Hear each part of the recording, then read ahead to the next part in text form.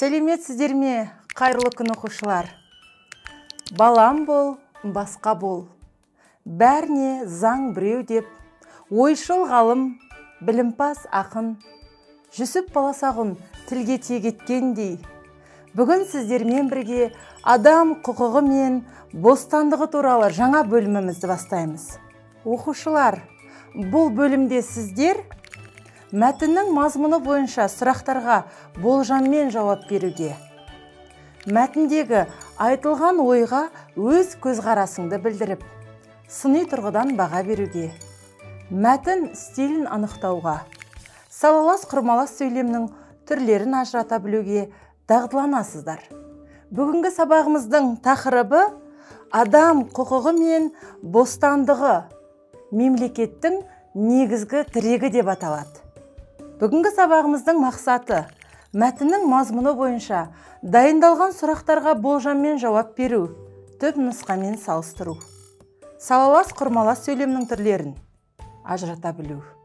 Оқушылар, жаңа сабаққа бір қадам жасау негізінде ұсынылған мақал-мәтелдердің жалғасын бірге айтып көрейікші. Тәрбие басы, жақсы, заңның құрығы, әділ істің, ұрлық түбі, біреуге ор қазба, қолыңмен істегенді. Жарайсыңдар оқушылар, дұрыс жауап берді деген ойдамын. Сабағымызды ары қарай жалғастырамыз. Оқушылар, сабағымызды әрі қарай жалғастыра отырып, мәтіннің мазмұны бойынша дайындалған сұрақтарға бірге жауап берулеріңізді сұраймын. Біздің елімізде тәуелсіздіктің алғашқы күндерінен бастап азаматтардың құқықтары мен бостандықтарының сақталуына жете маңыз беріліп келеді. Соның айқын бір көрінісі Конституциямыздың 1-ші бабында адам құқықтарын сақтау нормасы бекітіліп, 12-ші бабында нормативтік актілердің мазмұны мен қолданылуы, 34-ші, 39-ші баптарында түгелдей азаматтардың құқықтарына, бостандықтарына, мүдделеріне арнаулы. Демократиялық ашық қоғамда өмірдегі барлық құндылықтардың ішінде адам құқықтары мен бостандықтары ғана ең маңызды болып саналатындығын білдіреді. Демек, адам құқықтары мен бостандықтарын сақтау тетіктерін іске асыруға, олардың орындалуына кепілдік беруді күшейтуге ерекше назар аударылады. Ал бұл мәселелердің шын мәнінде қалай жүзеге асып жатқандығын президент жанындағы адам құқықтары жөніндегі комиссия жұмысынан байқауға болады. Ол еліміздегі адам құқықтары жөніндегі алғашқы мамандандырылған ұлттық мекеме.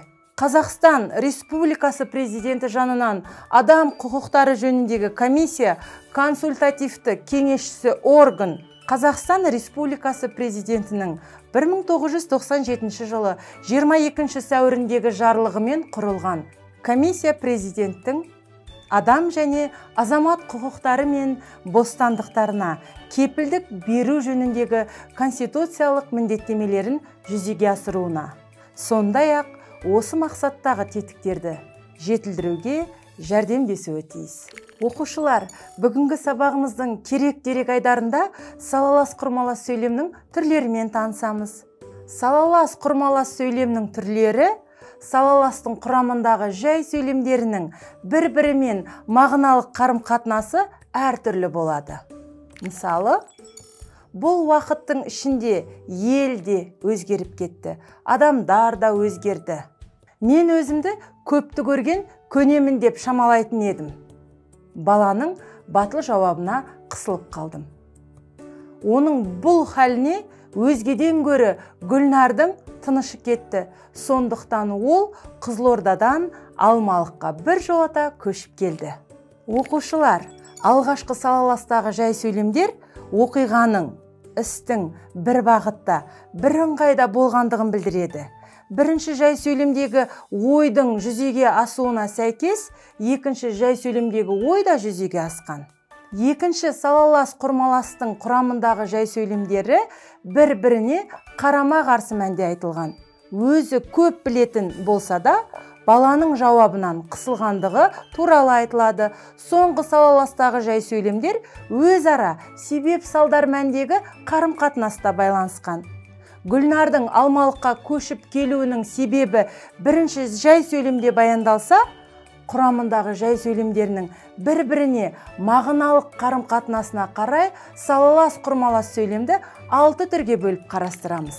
Ыңғайлас салалас, себеп-салдар салалас, қарсылықты салалас, түсіндірмелі салалас, талғаулы салалас және кезектес салалас.